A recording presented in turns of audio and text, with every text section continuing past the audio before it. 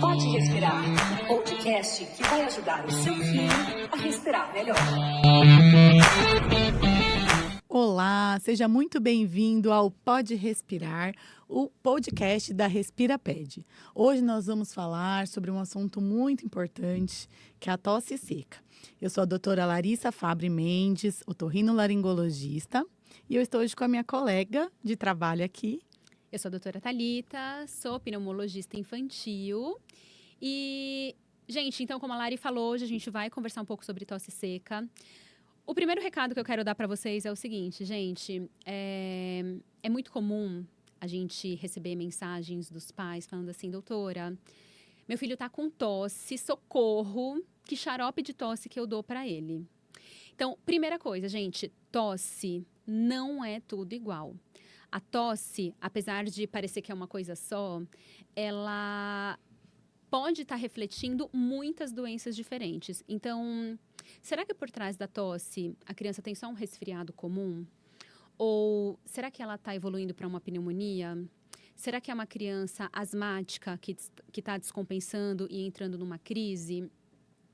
Ou, enfim, será que é uma criança que tem uma rinite que não está muito bem controlada e isso está levando a criança a tossir? Então, eu quero que vocês já fiquem com essa primeira ideia muito clara, porque não tem como a gente simplesmente falar assim, seu filho está com tosse? Toma essa medicação, faz isso. A tosse, ela é um sintoma muito genérico que a gente tem que ir esmiuçando, entender o que está por trás, para ter um raciocínio específico e uma linha de tratamento específico, tá bom? Lari, então, tendo isso em vista, né? Tosse não é uma coisa só. Tosse pode ter muitas patologias por trás. Eu queria que você me falasse, assim, na sua experiência, geralmente, com quanto tempo aí de tosse que os pais precisam começar a se preocupar? É uma criança que está gripadinha, está tossindo? Depois de quanto tempo? Depois de 2 dias a tosse não passou, já é preocupante? Ou não, a criança já está tossindo há 3 semanas, mas está tudo bem, dá para eu ficar tranquilo? Fala um pouquinho aí sobre isso. Tá.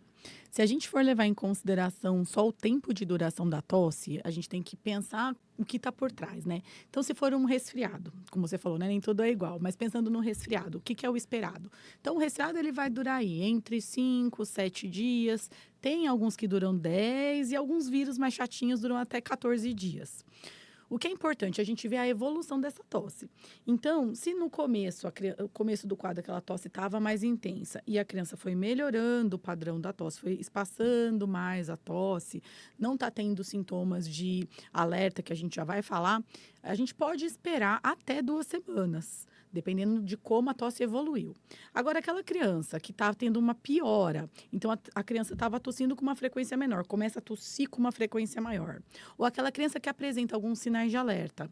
Por exemplo, retração de fúrcula, a respiração, aquela tiragem intercostal, que é quando retrai, né, o músculo aqui entre as costelas. Então, a mãe tem que levantar a camisetinha do filho, olhar se está afundando ali entre os ossinhos. Isso é um sinal de alerta. Ficar roxinho, a cianose, a gente tem que prestar atenção, pontinha da orelha, aqui nos dedinhos, olhar no pé, tira a meia do filho, olha como que está o pezinho, está tendo cianose na crise de tosse, né, que é ficar roxinho em volta do lábio. Então, são alguns dos sinais de alerta. Frequência respiratória, eu até ensino no meu Instagram, então as mães precisam contar quantas vezes a criança está respirando em 1 minuto e observar, né? A gente tem umas tabelinhas que mostram se está normal ou não a frequência respiratória para a idade. Então, quando está aumentada a frequência respiratória, é um sinal de alerta. Se tudo isso estiver ok, não está com nenhum sinal de alerta, a frequência respiratória está boa e a tosse está evoluindo bem, ou seja, a criança está cada vez tossindo menos, está aquela tosse bem pontual, esporádica. Então, dá para esperar até 2 semanas num quadro gripal, num resfriado, vamos dizer assim, né? Então, por duração até 15 dias. E uma coisa muito comum também deles se questionarem, né? Dos pais se questionarem é assim, meu filho tá gripadinho, não sei, tô achando que o negócio não tá evoluindo bem, eu acho que vai ter que acabar entrando com antibiótico, né? Muitas vezes a gente tem a ideia de que o antibiótico vai fazer com que a tosse passe, né? Pensando no antibiótico, muitas vezes a gente vai pensar em crianças maiores, né? A gente vai pensar em quadro de sinusite, né? Você, como otorrino, como que é a sua experiência aí? Em que ponto que os pais que estão em casa precisam suspeitar de que, poxa vida, não, agora está chegando na hora de realmente eu voltar em consulta, reavaliar, porque eu acho que o negócio não está evoluindo bem, vai realmente ter que entrar com antibiótico. Como que você vê isso, Lari? Tá, então o que é importante observar, né? Pensando na sinusite bacteriana, que é uma das complicações do resfriado comum. É uma complicação rara. Apesar que quando a gente fala sinusite, os pais já acham que é igual antibiótico, mas não.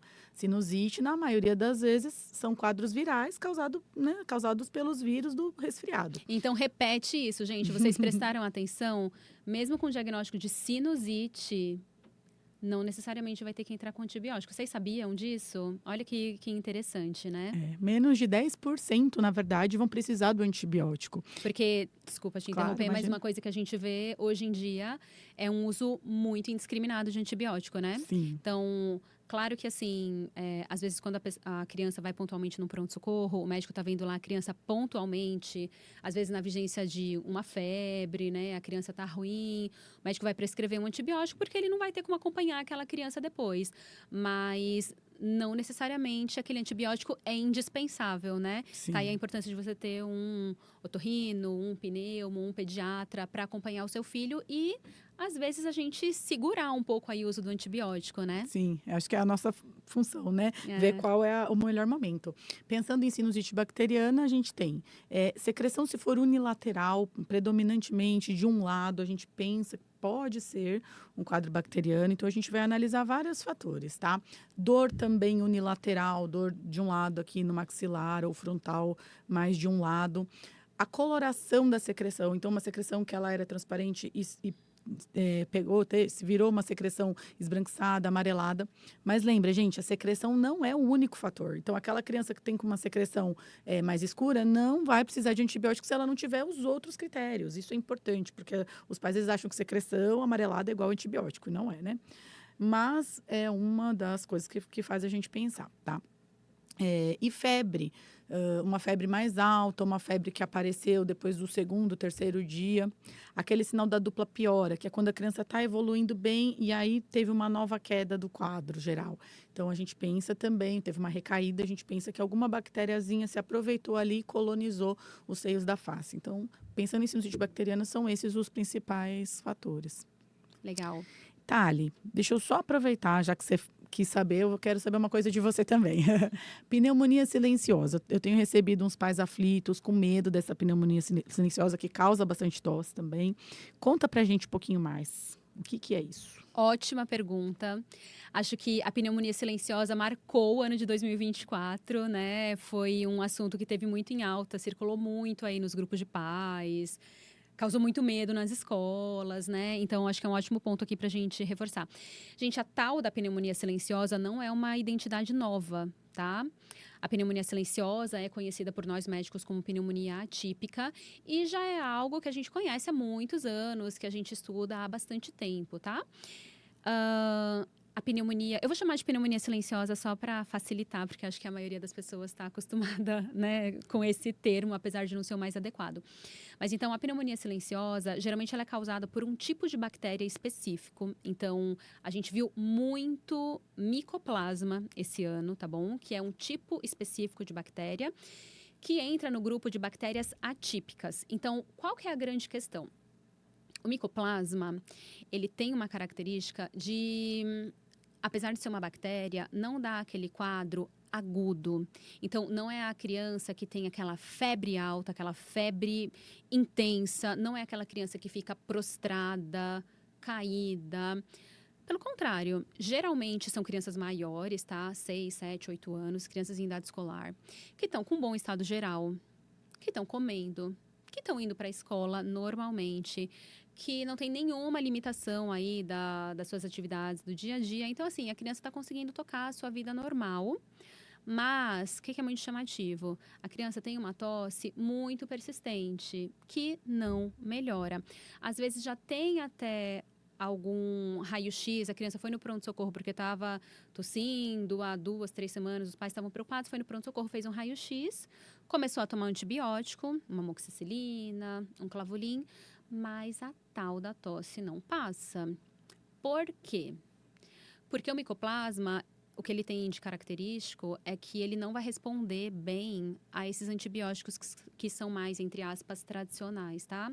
Amoxicilina, Clavolin, Zinat, eles não têm uma boa sensibilidade para esse perfil de bactérias.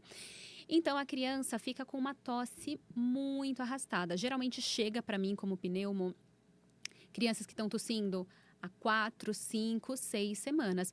Mas, como eu falei, a criança está com bom estado geral, não está tendo uma febre recorrente, mas a bendita da tosse não passa.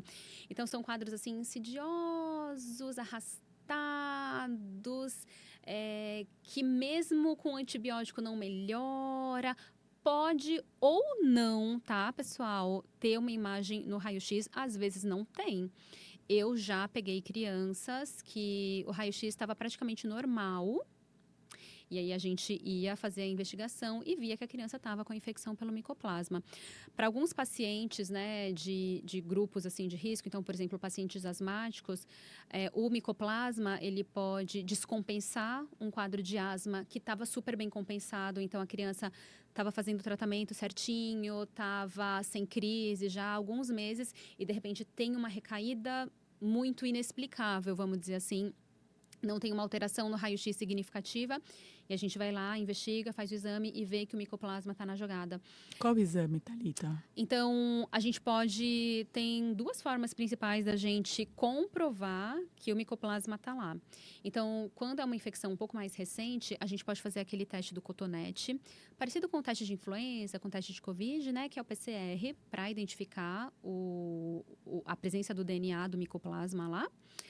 Ou, quando já está numa fase mais subaguda, né, mais arrastada, a gente pode fazer a sorologia, que é o exame de sangue, que vai mostrar que a criança teve contato com o micoplasma. A sorologia, ela é um exame que demora um pouco mais para o resultado ficar pronto. Então, quando a gente tem um alto grau, assim, de suspeita... Então, a gente não encontra... por exemplo, é o meu asmático que descompensou de uma forma inexplicável. Às vezes, enquanto a gente espera o resultado da sorologia, a gente pode fazer até um tratamento empírico, né? Enquanto o resultado do exame não ficar pronto. E, gente, na maioria das vezes, os quadros são extremamente benignos, com boa resposta ao tratamento correto, né? Então, é muito difícil a criança ter uma piora mais significativa, precisar de uma internação. Então, assim, realmente não precisa do pânico que circulou aí, né, entre as mães e pais. O tratamento é super simples, com antibiótico via oral, pode ser feito em casa. Geralmente a gente usa azitromicina ou claritromicina e vai tudo bem, assim, dá tudo super certo, tá? Então, acho que de pneumonia silenciosa, pneumonia atípica é isso. Geralmente é uma tossinha um pouco mais seca, tá? Então, e bem marcado por isso, a criança em bom estado geral, tá bom? Lari, eu queria te perguntar, mudando um pouquinho de assunto agora, eu queria falar um pouquinho sobre laringite. Então, você costuma ver bastante casos de laringite? Como que as crianças chegam para você? Que tipo de tosse que a laringite causa? Como que a gente faz o tratamento? O que você costuma ver? Tá, legal. Eu acho que a gente pode começar diferenciando pelo tempo, né? Então, a gente tem as laringites agudas, que normalmente são quadros esmagadoramente virais. Então, o mesmo vírus que pode causar um resfriado e uma sinusite viral, ele pode acometer mais a laringe e causar uma laringite aguda, tá? Eu acabo recebendo e mandando muito para você, paciente, com diagnóstico de laringites de repetição. Então, é aquela criança que tem uma tosse inexplicável, que vem no meio da noite, vai para o pronto-socorro, no pronto-socorro fala, é uma laringite, né? E medica, manda para casa. Então, muitas vezes o paciente chega para mim com essas laringites de repetição e, na verdade, a gente tem uma suspeita que possa até ser um quadro de asma e eu acabo encaminhando para o pneumo.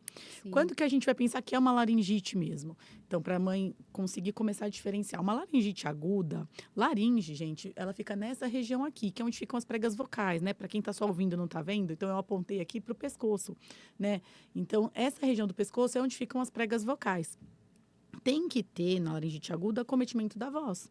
Certo? Porque vai ter uma inflamação, um inchaço ali daquela parte onde ficam as pregas vocais. Uma laringite que a voz está normal é estranho, não é uma laringite. Então, geralmente, né? a criança fica rouquinha. Uma laringite aguda. Isso, normalmente a criança vai ter um choro rouco. A mãe percebe mais no choro, porque tem criança que às vezes nem fala, né? Que chega lá antes de 1 ano, criança de meses. Bebezinha, Ah, né? laringite, laringite. Mas quando a criança chora, a mãe percebe que o choro tá rouco. E essa é uma queixa que quando a mãe fala, realmente acometeu a laringe, né? Então tá com uma laringite aguda na maioria das vezes, né? E as laringites crônicas, aí já são quadros mais arrastados de tosse. E aí, normalmente, é uma tosse mais seca mesmo. E quando chega com essa tosse arrastada, a gente acaba fazendo a naso, né? Para quem, não sei se vocês conhecem, a nasofibrolaringoscopia, aquela câmerazinha que passa pelo nariz e vai até a garganta. Então, esse exame vai mostrar da onde está vindo. Se tem alguma secreção indo do nariz para a garganta, ou se tem algum sinalzinho na garganta de que essa tosse seja uma laringite posterior, seja por laringite posterior relacionada ao refluxo, né? Então, quando a gente pensa em refluxo, a gente precisa olhar a laringe com esse aparelho e normalmente vai apresentar um inchaço na parte posterior da prega vocal. Aí, nesse caso, normalmente não tem tanto a voz rouca, porque é mais posterior, está mais para trás da prega vocal. O que esses pacientes se queixam muito é de pigarro. Então, a mãe chega falando que a criança tem muito pigarro. Então, fica aquela tentando limpar. Né? Em adultos, aqui a gente está mais no foco infantil, adulto ele consegue verbalizar mais, explicar mais, né? Então, os adultos reclamam muito que tem uma bola na garganta, parece que uma coisa que não desce, né? Alguma coisa presa. Então, às vezes, eles até falam, eu comi alguma coisa, acho que está enroscado aqui. Né? Vai fazer o exame, a gente vai ver, na verdade, a parte posterior da laringe que está inchada, causando essa sensação. E o sintoma principal é a tosse seca persistente, que dura aí mais de 2, 3 semanas. Certo? Bacana. Sobre laringite, acho que era isso mais que eu queria diferenciar. E eu quero aproveitar e perguntar para você. Tosse alérgica. A mãe que chega com esse diagnóstico. Doutora, eu fui no pronto-socorro, meu filho está aqui tomando um antialérgico, o médico falou que ele está com tosse alérgica. Existe essa tosse alérgica, Thalita? Gente, é muito comum eu ouvir isso. E eu fico revoltada. Tosse alérgica não é um diagnóstico.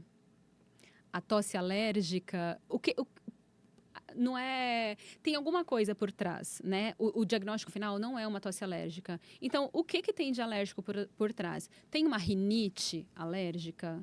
Tem uma asma alérgica? Então, a tosse alérgica não é um diagnóstico em si, tá? Até porque a gente simplesmente ficar usando um antialérgico, na esmagadora maioria das vezes, não vai resolver o problema. A criança vai tomar um antialérgico, às vezes até dá uma amenizada ou não, ou às vezes não faz nem cócegas, e a criança volta a tossir, continua tossindo, tá? O que eu vejo muito frequentemente é que a tal da tosse alérgica, como as pessoas imaginam que a tosse alérgica é uma tosse mais seca, eu vejo que muitas vezes a criança é uma criança que tem um quadro de asma que não está sendo enxergado, que não está sendo diagnosticado, né? Então, eu como pneumo, eu vejo todos os dias no meu consultório criança que tem aquela tosse seca noturna, que atrapalha o sono, aquela tosse nas atividades físicas, aquela tossinha quando a criança chora, quando dá risada, ou aquela tosse seca meio, entre aspas, residual depois de um quadro de resfriado, que fica aí 2, 3 semanas com aquela tossinha que não vai embora, que não vai embora. E o que tem por trás disso? É um quadro de asma, tá? Então, a gente até já gravou um episódio sobre asma, recomendo fortemente que vocês vejam, que a gente explica bastante, fala bastante sobre asma, né? Quais sintomas que a asma costuma dar. Mas o que eu quero retomar aqui com vocês é que, assim, a asma, muitas vezes, como sintomas, ela só vai dar a tosse. Ela não vai dar necessariamente aquela falta de ar, aquele desconforto respiratório, aquele chiado.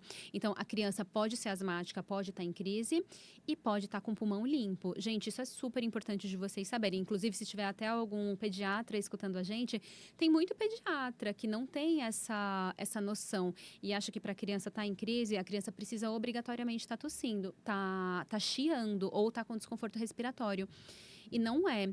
Então, por trás desse diagnóstico de tosse alérgica, né, eu vejo muita criança asmática sem tratamento, o antialérgico não vai resolver. A gente tem que entrar com tratamento específico para asma, tá? Então, um corticoide inalatório, se a criança tá mais agudizada, um broncodilatador. Não adianta simplesmente ficar dando antialérgico, não, tá bom? E a rinite também é uma causa, né, Lari? Da tal da tosse alérgica, né? O que Sim. você costuma ver? Sim. A rinite, ela pode se apresentar com a tosse alérgica, mas ela nunca vai ser o único sintoma. Então, o paciente que ele tem rinite, ele tem que ter, a gente fala, né? Pelo menos uns 2 sintomas dos 4 principais, que são obstrução nasal, narizinho entupido, coriza, o nariz escorrendo, coceira ou espirros. Então, pelo menos 1 ou 2 desses sintomas tem que estar vindo junto, tem que estar junto do quadro. O paciente que só está com tosse, ele não vai ser, a gente não vai fazer, não tem como fechar um diagnóstico de rinite com o paciente que está só com uma tosse. E aí a gente vai começar a pensar em outras possibilidades, como você mesmo falou do quadro pulmonar. Até porque, né, a gente tem que pensar que a via respiratória é toda conectada, né, do nariz ao pulmão. Então, às vezes a pessoa pode ter uma rinite, mas tem uma asma também, né? Muitos, então, né? a gente vê isso muito frequentemente, né? Então, tá tudo muito relacionado, né? Tem que ter um tratamento em conjunto, né? Via aérea superior e inferior, né? Sim. A gente está com uns minutinhos. Eu queria falar uma coisa que eu acho que é importante, que eu pego muito no consultório, a adenoidite. A adenoidite também. Então, explica primeiro. Pode falar. Adenoide, o que é a tal da carne esponjosa, da adenoide aí? A adenoide, ela é uma carne, né? Uma carninha que fica lá no fundo do nariz, entre o nariz e a garganta. Então, tem tecido linfático, que a principal função dele seria de proteger a gente contra os patógenos, as doenças, os micro-organismos aí. Porém, em alguns casos, ela pode aumentar, crescer demais e causar obstrução nasal crônica, roncos, apneia em algumas crianças. Então, ela pode trazer outros problemas. A adenoide, muitas vezes, ela inflama e aí vem a adenoidite. Quando que a gente vai pensar? Gente, é mais comum do que a gente pensa. Então, depois de um resfriado, não se sabe bem se pela reatividade do próprio tecido linfático da criança ou se pelo padrão do vírus, por conta da patogenicidade de alguns vírus. Mas o caso é que alguns quadros evoluem com uma inflamação, uma secreção da adenoide. Então, aquela adenoide lá atrás, no fundinho do nariz, ela fica gotejando, pingando sem parar. E aí, aquilo pode dar, normalmente vai dar tosse, é o principal e muitas vezes é o único sintoma. Então, aquela criança que teve o resfriado, melhorou de todos os sintomas, o narizinho não está escorrendo, a criança não está tendo mais febre, está tudo bem. A ausculta pulmonar está boa. Aí fica sempre aquela dúvida, será que é uma hiperreatividade pulmonar? Ou será que é uma secreção da adenoide que está persistindo? Muitas vezes a gente só consegue bater o martelo fazendo a naso, que é aquele exame da câmara.